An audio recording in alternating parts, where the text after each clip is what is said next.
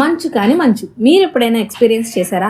అలాంటివి ఎక్స్పీరియన్స్ చేయాలి అంటే exhibitions are the best one అండి. అట్లీస్ట్ ఫ్యూ సెకండ్స్ పాటు మనం ఇంకెక్కడ ఉన్నట్లు ఫీల్ అవుతాము. బట్ ఇక్కడ ఉన్నవి నిజమైన మంచు కాదు, నిజమైన ఫ్లవర్స్ కాదు. We went to the exhibition after a long time అండి. Entry ticket 80 rupees. వర్తియా కాదా అనుకుంటూనే ఎంట్రీ తీసుకున్నాము. బట్ లోపలికి వచ్చాక పర్లేదు అనిపించింది. But it's a walk way. Full exhibition ఇలాగే ఉండదు. ఎంట్రీ ఇలా సెట్ చేశారు. యాజ్ అడల్ట్స్ మనకి ఇవన్నీ నిజంగా ఫ్లవర్స్ కాదు, స్నో కాదు అని తెలుసు, కానీ పిల్లలకి ఇవన్నీ తెలియదు కదా. సో మహిరా అయితే ఫుల్ ఎక్సైట్ అయ్యింది. She thought it all real. So it's a worthy for us. Sunflowers and waterfalls కూడా అరేంజ్ చేశారు. కొంచెం ఫాగ్ ఎఫెక్ట్ ఇచ్చి ఉంటే ఇంకా బాగుండేది చూడడానికి. అండ్ కూలింగ్ ఎఫెక్ట్ కోసం అయితే ఏసీస్ కూడా పెట్టారు. And you can even see the apple trees and wooden houses. ఇంకా స్నో ఫాల్ ఎఫెక్ట్ కూడా పెట్టారనుకోండి. వుడెన్ హౌసెస్ దగ్గర అందరూ ఫొటోస్ దిగుతున్నారని మేము కూడా దిగాము. అండ్ మేము ఎర్లీ అవర్స్ లోనే వెళ్ళాము. సో క్రౌడ్ తక్కువ ఉంది. ఫొటోస్ అండ్ వీడియోస్ బాగానే తీసుకున్నాం. బట్ రిటర్న్ అయ్యేటప్పుడు మాత్రం ఫుల్ క్రౌడ్. అసలు ఒక్క స్నాప్ కూడా పర్ఫెక్ట్ గా రాదు, అంత మంది ఉన్నారు. సో ఇలాంటి ప్లేసెస్ కి కొంచెం ఎర్లీగానే వెళ్ళడం బెటర్. ఇంకా ఇక్కడ నుంచి బయటికి వస్తే మొత్తం అంతా నార్మల్ ఎగ్జిబిషన్ లాగానే ఉంది. మహిరా ఫస్ట్ బోటింగ్ చేస్తానంది. సో ఎక్కించాము. ఒక కార్నర్ కి స్టక్ అయిపోయింది. వెనక్కి తిప్పడానికి తనకి కుదరలేదు.